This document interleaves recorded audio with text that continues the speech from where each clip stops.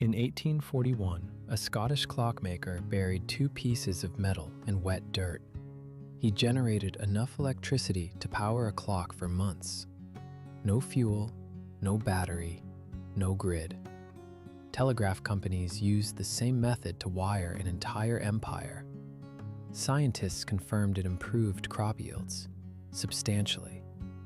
A government committee of Nobel laureates spent 18 years documenting the evidence. Then, in 1936, every single one of their reports was stamped "not for publication" and locked in a government archive. The committee was dissolved without explanation. 2 copies of their findings are known to exist. This is what they didn't want you to build. Here is what is happening underground right now in every wet patch of soil on Earth, whether you know it or not. Bury 2 different metals in moist ground and something begins. One metal sheds electrons. The other wants to receive them. The wet soil between them, saturated with dissolved minerals and organic acids, carries the charge between the 2. A circuit closes. Voltage appears. This is called a galvanic reaction. It is the same chemistry inside every battery you have ever used. The difference is, the battery is the ground itself. Alexander Bain proved this in Edinburgh in 1841. Copper and zinc plates, a yard apart, connected by a wire. 1 volt of steady, silent, direct current, drawn from nothing but damp earth and metal. He used it to build the world's first electric clock.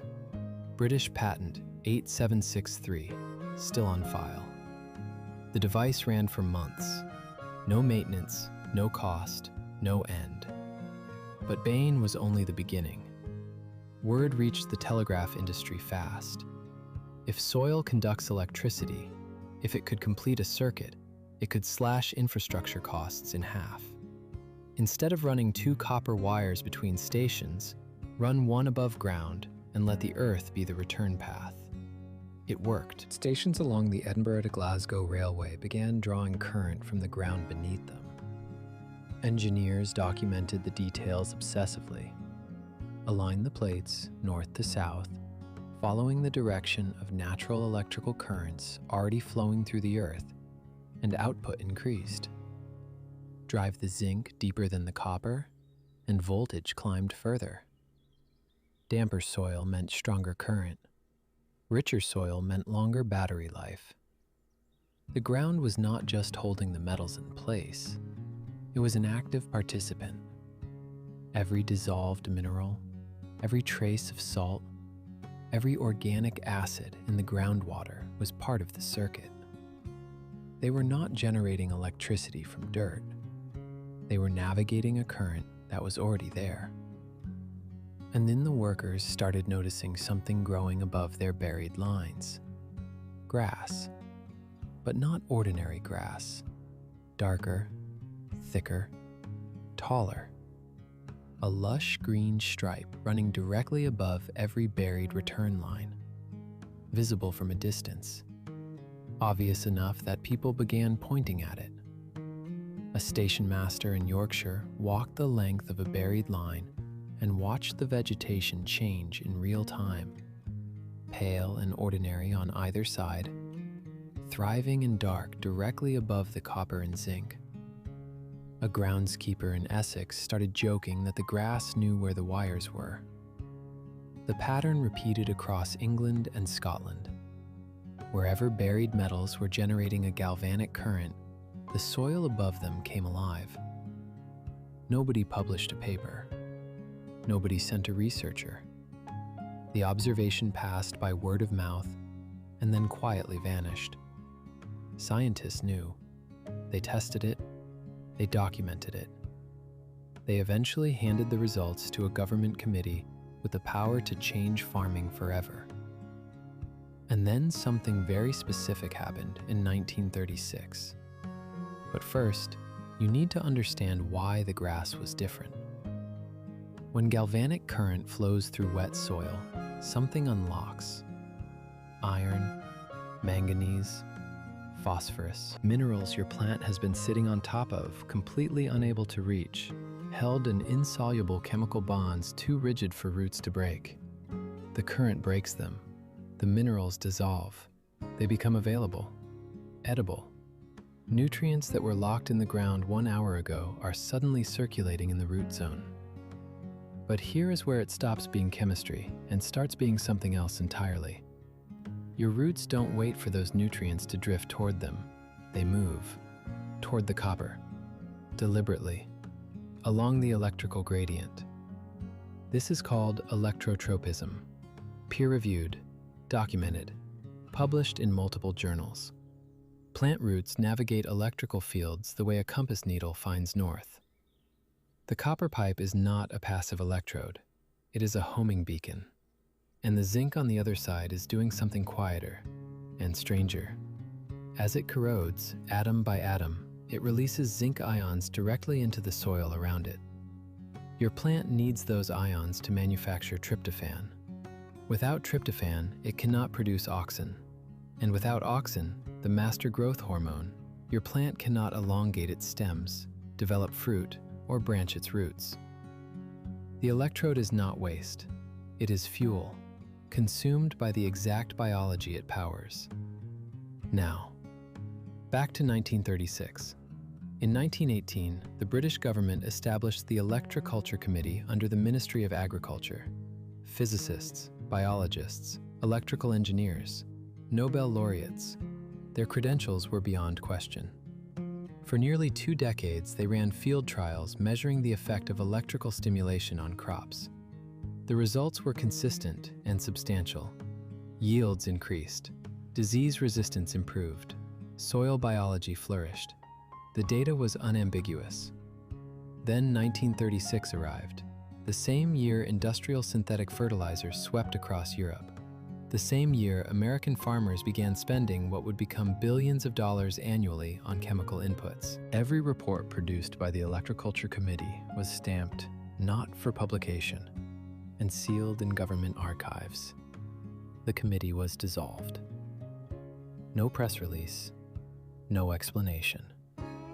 Academic citations for earth battery and electroculture research dropped over 90% in the decade that followed. The exact decade fertilizer revenue was setting records. One curve rose, the other collapsed. No secret memo was needed.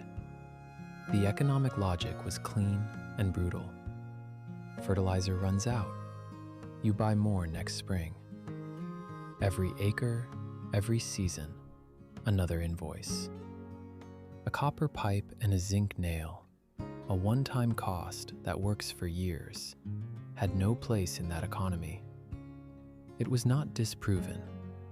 It was made financially inconvenient. And then it was forgotten. Here is what they could not bury: the physics. In 2024, a team at Northwestern University published a study on what they called a dirt-powered fuel cell. About the size of a paperback book, buried in soil, powered by electrons released by bacteria as they broke down organic matter.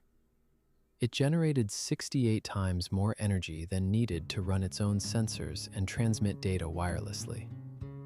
The lead engineer stated that as long as organic carbon exists in the soil, the cell could theoretically run indefinitely.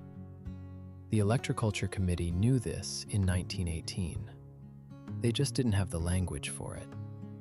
Now, add biochar. Peer-reviewed studies from multiple countries confirm one thing. Add biochar to soil, and its electrical conductivity increases. More ions, lower resistance. A stronger galvanic reaction between your copper and zinc. The current that moves nutrients becomes more powerful. The biochar's negative surface charge catches those mobilized nutrients and holds them in the root zone instead of letting them leach into the water table. Stronger current. Nutrients held in place. Roots guided toward the highest density zone in the bed. One copper pipe, $3. One zinc nail, pennies, a system that generates its own electricity, mobilizes its own nutrients, guides its own roots, and gets stronger with every season it sits in the ground. The fertilizer industry is worth over $200 billion a year. The pesticide market adds 60 billion more. Both depend on you not knowing what you just learned. The ground beneath your feet right now is electrical. It has always been electrical. You have been walking over a power source your entire life. Push a copper pipe into the soil. Push a zinc nail 8 inches away on the other side, both 6 inches deep. Get your soil damp. Press a multimeter probe to each one. Between 0.8 and 1.1 volts will appear on the screen. Current. From dirt. From 2 pieces of hardware store metal and rainwater. Alexander Bain proved this in 1841. Victorian engineers used it to wire an empire. Nobel laureates spent 18 years documenting what it does to crops. And in 1936, someone decided that was information you didn't need. The patents are still on file. The physics has not changed. The grass above those old telegraph lines still grows differently in the places where the lines haven't fully corroded. 2 metals, 8 inches apart, 6 inches deep. A current you cannot see. A root moving toward it in the dark. The only thing that changed since 1841 is who was controlling the conversation about how food gets grown. Now you're part of that conversation. If this changed how you see the ground you're standing on, send it to someone who grows things. The best way to unbury forgotten science is to plant it somewhere it can grow. Subscribe. There is more buried out there.